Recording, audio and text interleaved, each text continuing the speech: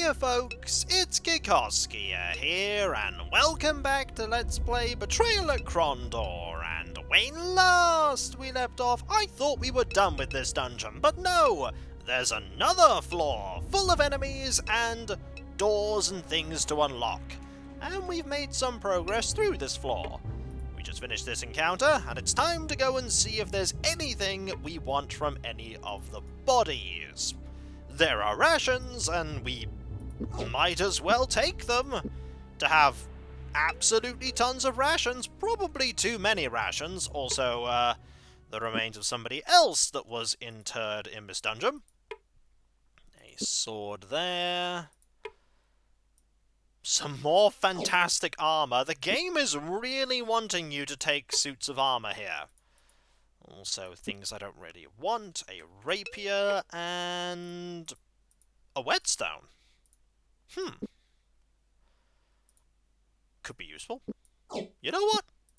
I'll take that whetstone and use it to repair this. Also, reapply the poison, me. Reapply the poison. And then I will take my better whetstone back. Also, how are those rations? They are spoiled. Yeah, no surprises there, considering how long you've probably been there. Right. It contains a shovel. I mean, it's better than our shovel, so we'll take it. We will absolutely take the shovel. And open this door with the plot key. Yep, plot key. Plot key is needed. That leads to the actual way out? Maybe? Was I only one door away from freedom? I probably was. Right, let's click this. Gorath looked up the narrow stairwell. It was definitely a way up, but he questioned whether it was the right way for them to be going at the moment. "What do you think, Owyn?" he asked. "Feel like climbing all that way back up?" Yes. They weren't observed. Thankful they had emerged from the dungeon alive, Gorath made a mental note to say a prayer of thankfulness to Arutha once they were in safer circumstances. There still was the matter of escaping the outer perimeter of Sar-Sagoth to worry about. So we're definitely in Sar-Sagoth. Though the frosty winds skirled dust around the moredhel stronghold of Sar-Sagoth, no snow or ice formed on its ancient battlements. Instead, there was only a lonely howl that whispered between 1,000 pikes which fanned out in every direction from the fortress, each graced with a decapitated head. Also, there is a shop! The shop was littered with cast-offs, forgotten trinkets, lost items which few would want or need to reclaim. Here it seemed that tarnish and rust were the things that were prized, the items to which they clung of only secondary value. Can we literally shop here? Apparently we can, and there are those powder bags there. Okay, what will you take off us? You'll take my amazing armor. Right. You'll take the armor. We could fix it up to make it slightly better value. Can I go back into the dungeon? Ooh, there's something there. No, can't go back into the dungeon. We're just going to have to sell what we have. We're not getting a lot of money for this, but we need the inventory space, so what else could we sell while we're here? We can sell this, probably. No, we can't sell that. They have no use for it. Give you a fair amount for the emerald. Give us a fair amount for that emerald. We're going to sell the armor. Let's sell the armor. 203, which means that we can then put this over here. You can fix it up to 100. 203. Then we can fix up your armor. Give that back. And fix up this armor. Excellent. Right, we have a little bit more inventory space. Will you take the Amulet of the Upright Man? No, you have no use for an Amulet of the Upright Man. But you do have Armorer's Hammers, Rings of Krondor, a tuning fork. We still have our tuning fork. That really tells me that the game expects us to be... Ooh, lockpicks. I'd like some of these, please. I'd really like some lockpicks. I will haggle for them. Can I haggle? There we go. 53. I'll take them. I'll take them. 5 lockpicks. Quite expensive, but I'll get some more. Oh, unavailable. Hang on. Available now? Available now. Haggle. That's much cheaper. That is massively cheaper. I will buy loads of them for that price. How many do we have now? 26? Nope. Need a couple more. 31? Much better. Anything else I want to get rid of? Anything else I want to buy? Someone mentioned, by the way, that the powder bags are very useful.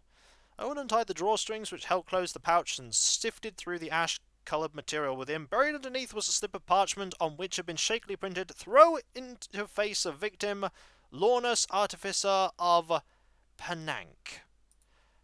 Could be useful at some point. Make a note that they're here. I could buy some. How much can I barter them down for? 54? You know what? Let's buy some.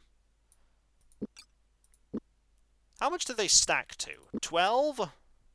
No. Don't sell. Buy. Ah, they stack to 12. Okay. Well, I'm gonna have you hold on to some. I feel like they might be useful in the imminent future. Probably not, but there we go. Anything else I really want? Practice loot is here in case I need it. Rope is here. How much rope do we have? 14. We could do with some more rope. Let's buy a bit more rope. And Silverthorn is here. Also, that armor. We really got fleeced on the armor, but that's okay. Because Tavern. Unaware until he stepped into the room he had been chilled, Gorath was glad to have the solid oaken door of the room closed behind him. Others within seemed likewise content as they chatted quietly among themselves, taking little notice of new arrivals. Gorath played! His fingers slid easily over the lute's fingerboard as he moved between chords of This Kingdom Mine, the notes filling him up as well as guiding him forward. Quietly, he began to sing the refrain. This kingdom mine, with my blood I've paid, to guard against all who oppose her. That was beautiful. 64 sovereigns. Fair enough. No dialogue there. Yeah, that looks a bit mercenary. Ah, talking about the clan chief, but a positive boon for soldiers in the field. Delicon pays well, he said, swilling down the contents of the ale cup in his grasp, but I can't say I much care for his drinks. He needs to hire Keshians rather than Quegians if he wants to improve his stock. I don't believe that is what most interests him, Gorath replied. His loss, the man replied, his loss. Yep, more stuff about Delicon. This person doesn't want to talk to us. That person also talking about Delicon. The gambler shook his head. Yep, he has indeed come to the end of his funds. We're gonna leave, and we are gonna look here. Ooh. A note and an emerald. The use of the stone is ancient, dating since the time of the original Mermandamus. It would appear, however, that a crystal, preferably an emerald, is required in conjunction with Nala's rib to properly invoke the Lord of the Void. Huh. Well, that seems like a plot thing. Also, it's cold. We are here at Sar-Sagoth. We need to get out of the Northlands, which is going to probably be harder than we anticipate. There is a settlement to the east. Let's see if we can make our way there. They were not alone. Owyn's pulse quickened as he saw the lone figure approach. When it became apparent they were not being attacked, he relaxed a bit, squinted slightly, in an attempt to see who was about to join them. I was beginning to believe Delicon had slain you. He will be infuriated that you escaped. You sound imminently pleased at that prospect. Why this charade, Lillian? You can't believe in Delacon's activities any more than I, and yet you support his cause. You command a respectable tribe and have almost as much power. Almost? Do you forget who engineered your escape from Sar-Sagoth all those months ago? Who do you think directed Delacon's rats into the snow plains while Obhar's family scrambled to safety? That was my doing. If not for my help, the Six would surely have crushed your tribes from the Green Heart. Were you responsible for... No, I had nothing to do with your escape this time. Whatever you may have done, you have achieved on your own. Your first escape served my purposes, but your continued survival is as nothing to me. It neither threatens nor advances my cause. Then will you help me again? I will consider my efforts an investment against the future of the Northlands, Gorath. They will gain me little now, but perhaps at a later day your help may be useful. I will alert my spies to whatever your needs may be. To be honest, I don't believe you will achieve much beyond your own survival, but even that may prove to be my boon. Ooh, there's stuff we can talk about here. Let's have a conversation. You could sort with a monster, Lilian. Tell us a way and we shall murder him in his sleep. Show us a secret passage. We shall drink his blood and buy the moredhel out of their pact of blood. And what shall become of us? Moredhel will then step into his father's place and use our treachery to light the fires under our pursuers. Delicon must fight this battle and our kin die with him on foreign soil for futile cause. Only then will the other clans who wait to join him know that we cannot unify under a banner of death. Their failure taught them no lesson after Muramandus betrayed us in the field, and this shall come to no new conclusion. We want the same things, Gorath, though I intend to claim what you fear. I will take the throne of the nations of the north when Delicon has fallen to kingdom blades. I will lead. I don't know whether I should laugh or weep at that suggestion, Lilian, but I favour you over his bastard Get Morelf. We'll talk about freedom. Again, I must seek help in the kingdom. Prince Arutha's army must be there to meet Delicon. It may prove more difficult than you imagine. Delicon has called for Narab's head. Why should that be? If not for Narab, I would still be loose in the kingdom. I do not know what fire burns in his mind, but they smoke like madness to me. Narab has called on his clan to surround us. Though they can be little threat to us here, the Six will crush them hopelessly, but they can restrict us for a time. The more that Narab plays the fool, the more time it will gain us, though I wish he were doing it elsewhere. Is there no way past his clan? Not unless you know how to bring down the dark god's wrath from Nala's rib.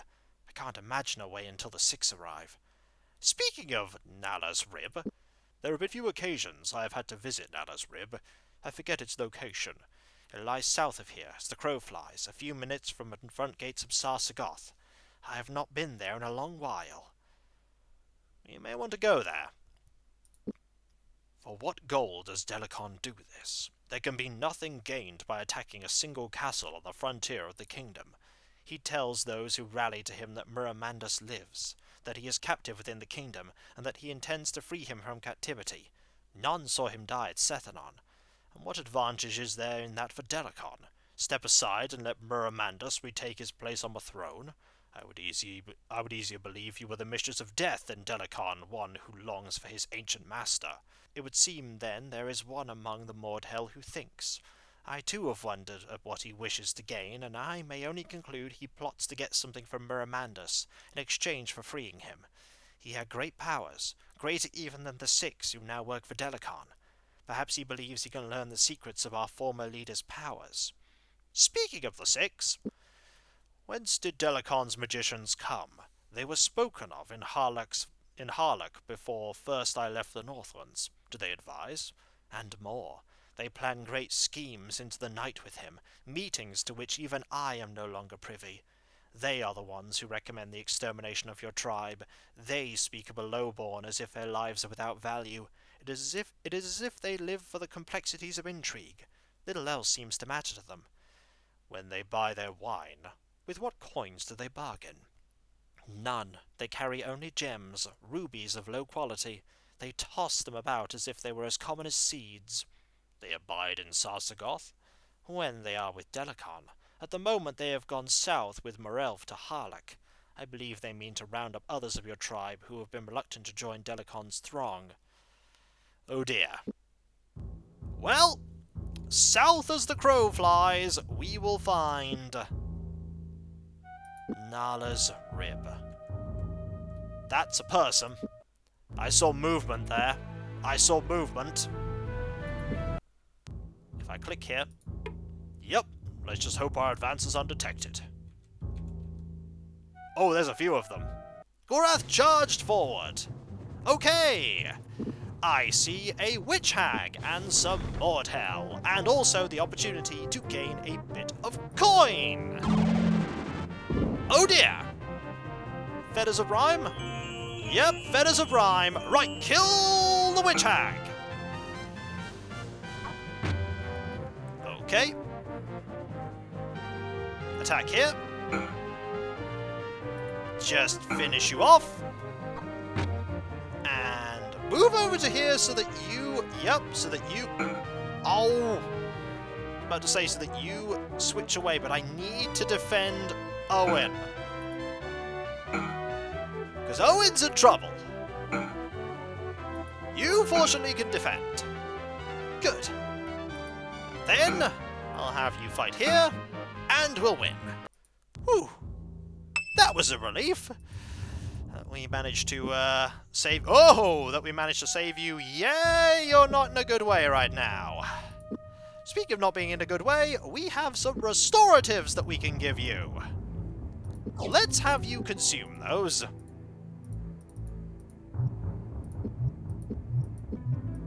There we go. That's a little better. Few more though. That's better. Now we can go into what you... Okay! We can start selling some of this. We have a bit of coin. Not a lot, but we do have a bit. And we have space with which to barter these away. Right, what else do you have on you? There's you. You have... something I might be able to sell, though honestly I think we're probably just going to have to sell... Okay, is that more rations? That's poisoned rations. No thank you. Also, remember, apply the poison. And we want to head up here, surprisingly enough, to Sar-Sagoth.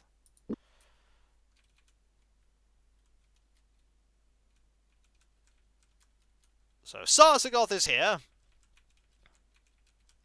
The road was rocky and rutted. Staring into the distance, he saw the road snaked its way towards an imposing fortress city. Sar-Sagoth, Gorath said. Do you think we should go in for supplies? Yes! Surprisingly enough, nobody seems to care that we're coming in for supplies. Okay, we can... sell this. Oh, you can't sell this. You have no use for it. All that... Okay. You have no use for weapons. That's very interesting. No use for weapons. Okay, is it armor then? And only armor that you want? And honestly, I doubt we're gonna get very much for this armor. Like, maybe a couple of sovereigns? Let's have a look. Let's go up. So, how much are you going to give me for this?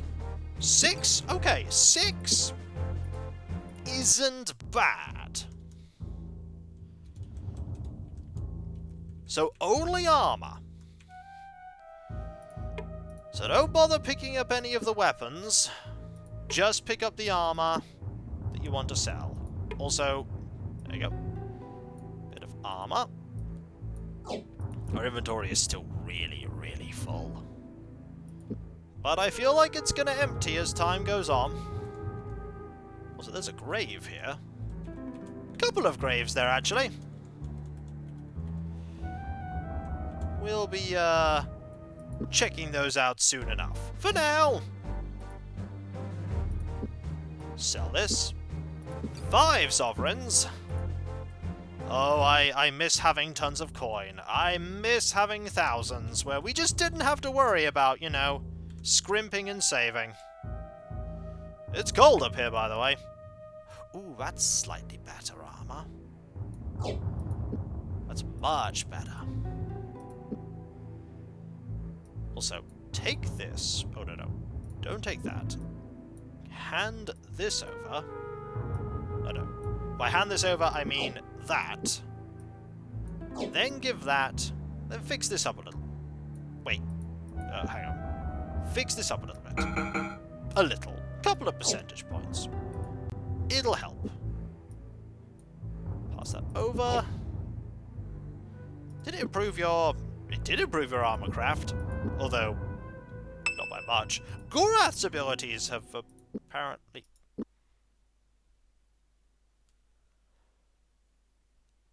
Gorath's abilities suddenly improved. Like, his strength went up, his health and his stamina, and strength and all this. Did... Yours hasn't. Huh. Okay. Strange. Okay, let's sell this. 25. Not wonderful. But there we go. Our inventory really is quite full, but people did say that that stuff was useful, so it's worth holding on to. And so, when we come back, folks, we have scrimped together a tiny bit extra money as we've discovered the location of a place called Nala's Rib and learned that we're not going to be able to get out of here very easily unless we find a way past a moredhel tribe that are blocking the ways out. We really want to get out of here. We really need to warn Arutha of what James put on the scroll and that message. Knowing James, the actual true knowledge is probably in the message that we were told, that code phrase, rather than the letter itself. And so, I'll catch you next time, folks, and I'll see you then. Later.